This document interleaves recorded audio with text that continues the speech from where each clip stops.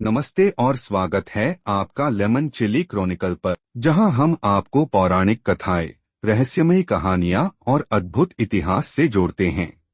क्या आपने कभी सोचा है कि भगवान गणेश को एक दंत क्यों कहा जाता है? क्या आप जानते हैं कि भगवान परशुराम, जो स्वयं भगवान विष्णु के अवतार हैं, उन्होंने अपने गुरु भगवान शिव के पुत्र गणेश पर प्रहार क्यों किया? एक ऐसा युद्ध जिसमें टकराए दो महाशक्तिशाली देवता। एक ओर थे परशुराम, जो शिव के परम भक्त और अद्वितीय योद्धा थे, और दूसरी ओर थे गणेश, जो माता पार्वती और शिव के आज्ञाकारी पुत्र और समस्त विघ्नों के विनाशक थे। क्या हुआ जब परशुराम और गणेश के बीच छिड़ा एक महायुद्ध? इस युद्ध का परिणाम क्या हुआ और कैसे गणेश जी को मिला एक दंत नाम? आइए जानते हैं इस रोचक और रहस्यमयी कथा को, जो पौराणिक ग्रंथों में वर्णित है। यह कथा भगवान गणेश और भगवान परशुराम के बीच हुए एक रोचक प्रसंग को दर्शाती है। यह केवल एक साधारण युद्ध नहीं था, बल्कि इसमें कई गूढ़ शिक्षाएं और गहरे आध्यात्मिक रहस्य छिपे हैं। इस कथा के प्रत्येक चरण को गहराई से समझना जरूरी है। यह कथा हिंदू धर्म के विभिन्न ग्रंथों, विशेषकर शिव पुराण, गणेश पुराण और स्कंद पुराण में मिलती है।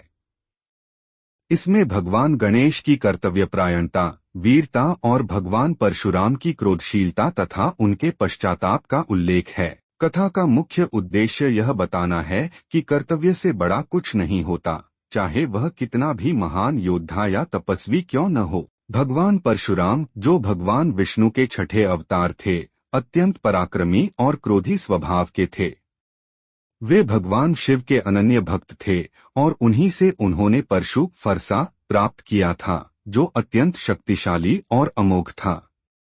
परशुराम जी को यह फरसा स्वयं भगवान शिव ने आशीर्वाद स्वरूप दिया था। एक दिन भगवान परशुराम अपने आराध्य भगवान शिव के दर्शन करने कैलाश पर्वत पहुँचे। वे अत्यंत प्रसन्न थे क्योंकि उन्होंने एक कठिन तपस्या पूरी की थी और वे अपने गुरु शिव को प्रणाम करना चाहते थे। लेकिन जब वे कैलाश के द्वार पर पहुँचे तो वहां उन्होंने भगवान गणेश को पहरेदारी करते हुए पाया। गणेश जी अत्यंत शांत मुद्रा में द्वार पर खड़े थे और किसी को अंदर जाने नहीं दे रहे थे। भगवान परशुराम ने गणेश जी से कहा, हे गणेश, अपने पिता से कहो कि उनका शिष्य परशुराम दर्शन के लिए आया है। मुझे शीघ्र अंदर जाने दो। भगवान गणेश ने हाथ जोड़कर उत्तर दिया, हे परशुराम, मेरे पिता भगवान शिव ध्यानमग्न हैं। मैं किसी को भी अंदर जाने की अनुमति नहीं दे सकता। कृपया प्रतीक्षा करें। परशुराम जी को यह सुनकर आश्चर्य हुआ और उन्होंने कहा, हे गणेश, मैं भगवान शिव का प्रिय शिष्य हूँ। मुझे रोकने का साहस कैसे किया? गणेश जी ने फिर विनम्रता से कहा, हे महाशय, चाहे कोई भी आए, मेरा कर्तव्य मेरे माता पिता की सेवा और सुरक्षा करना है। परशुराम जी को लगा कि गणेश जी उनके आदेश की अवहेलना कर रहे हैं। वे अत्यंत क्रोध में आ गए। उन्होंने कहा, हे गणेश, यदि तुम मुझे रोकने की कोशिश करोगे तो मैं तुमसे युद्ध करूंगा। गणेश जी ने शांत स्वर में उत्तर दिया, हे परशुराम जी, यदि आप मुझसे युद्ध करना चाहते हैं तो मैं पीछे नहीं हटूंगा। इसके बाद दोनों के बीच घोर युद्ध प्रारंभ हो गया। परशुराम जी ने पहले अपने धनुष से बाणों की वर्षा की, लेकिन गणेश जी ने अपनी गदा से उन्हें रोक दिया। गणेश जी ने अपनी शक्ति से परशुराम जी को धकेलने का प्रयास किया, लेकिन वे टस से मस नहीं हुए। परशुराम जी ने त्रिशूल से वार किया, जिसे गणेश जी ने अपने दंड से विफल कर दिया। दोनों योद्धा अत्यंत शक्तिशाली थे और एक दूसरे के वार को रोक रहे थे। कैलाश पर्वत पर इस युद्ध की गूंज से ऋषिमुनि और देवता चिंतित हो गए। उन्होंने भगवान शिव और माता पार्वती से प्रार्थना की कि वे इस युद्ध को रोकें, लेकिन शिवजी ध्यानमग्न थे और माता पार्वती क्रोधित हो गईं। जब परशुराम जी को लगा कि गणेश जी अत्यंत बलशाली हैं और उनके हर वार को रोक रहे हैं, तो उन्होंने अपने परम शक्तिशाली फरसे परशु का प्रयोग करने का निश्चय किया। यह फरसा भगवान शिव का आशीर्वाद प्राप्त शस्त्र था। जब परशुराम जी ने इसे गणेश जी पर छोड़ा तो गणेश जी ने रोकने की पूरी कोशिश की, लेकिन यह फरसा भगवान शिव के वरदान से अत्यंत शक्तिशाली था। फरसा गणेश जी के एक दंत से टकराया और उनका एक दांत टूट गया। इसी कारण गणेश जी को एक दंत कहा जाता है।